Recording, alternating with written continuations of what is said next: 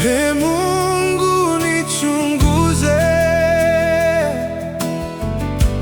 ujue moyo wangu. Ee Mungu nichunguze,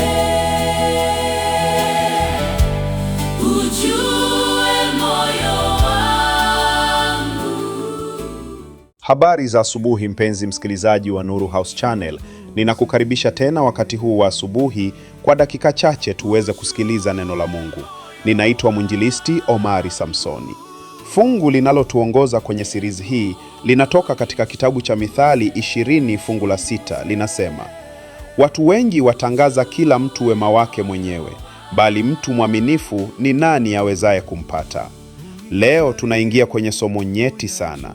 Somo ambalo linagusa uhusiano wa mwanadamu na Mungu moja kwa moja. Kifo cha uaminifu.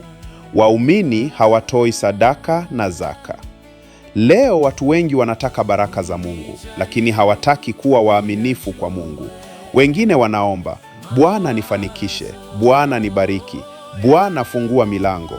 Lakini pale Mungu anapotaka uaminifu wetu kupitia zaka na sadaka, watu wengi wanarudi nyuma. Kanisa limejaa waumini, lakini waaminifu katika mali zao wamekuwa wachache.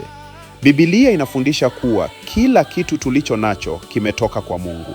Kazi, nguvu, afya, biashara, pesa, vipawa, vyote ni baraka kutoka kwake. Lakini leo, watu wengi wanamkumbuka Mungu wakati wa shida tu. Wakipata mafanikio, wanamsahau.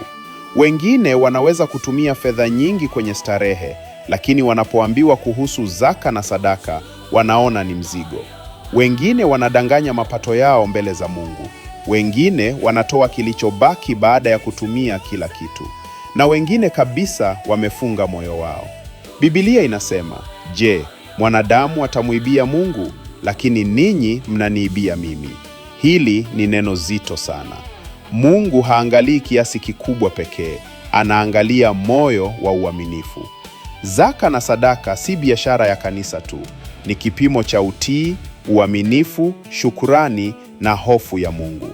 Pale ambapo moyo wa mwanadamu unapoanza kupenda fedha kuliko Mungu, uaminifu kwa Mungu huanza kufa. Na matokeo yake, watu wengi wanaishi bila amani ya kiroho, bila furaha ya kweli, bila kuona mkono wa Mungu kikamilifu katika maisha yao, kwa sababu hawawezi kumwamini Mungu hata katika mali zao. Sikiliza vizuri. Mungu hahitaji fedha zetu kwa sababu yeye ni maskini. Anataka kuona kama mioyo yetu bado ni yake, au fedha zimekuwa miungu yetu. Yesu alisema, kwa maana hapo ulipo hazina yako, ndipo utakapokuwa na moyo wako. Kuna watu wanaimba vizuri kanisani, wanaomba kwa sauti kubwa, lakini hawawezi kuwa waaminifu katika zaka na sadaka. Na Biblia inasema, aliye mwaminifu katika lililo dogo sana, huwa mwaminifu katika lililo kubwa pia. Uaminifu kwa Mungu unaonekana hata katika namna tunavyotumia fedha zetu, lakini bado kuna tumaini. Mungu bado anawaita watu wake warudi kwake kwa moyo wa kweli.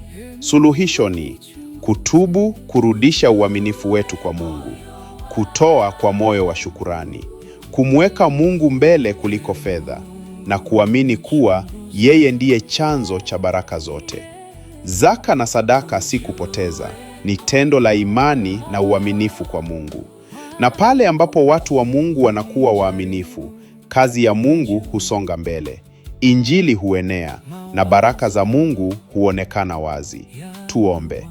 Bwana Mungu wetu, tusamehe pale ambapo tumekupenda kwa maneno, lakini si kwa matendo. Tufundishe kuwa waaminifu katika zaka, sadaka na mali ulizotupa. Ondoa tamaa ya fedha ndani ya mioyo yetu, na utupe moyo wa kutoa kwa furaha, upendo na hofu yako. Katika jina la Yesu, amina. Usikose kuungana nasi katika somo la mwisho la series hii ya kifo cha uaminifu. Nichunguze, ujue moyo wangu. Ee Mungu nichunguze, ujue moyo wangu.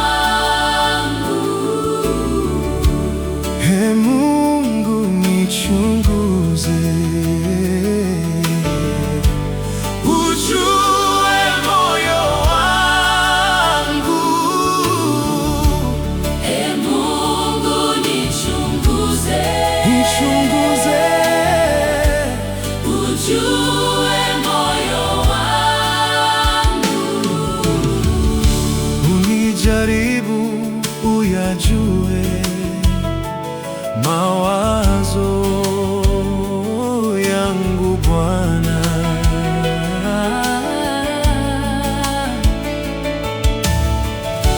Unijaribu uyajue mawazo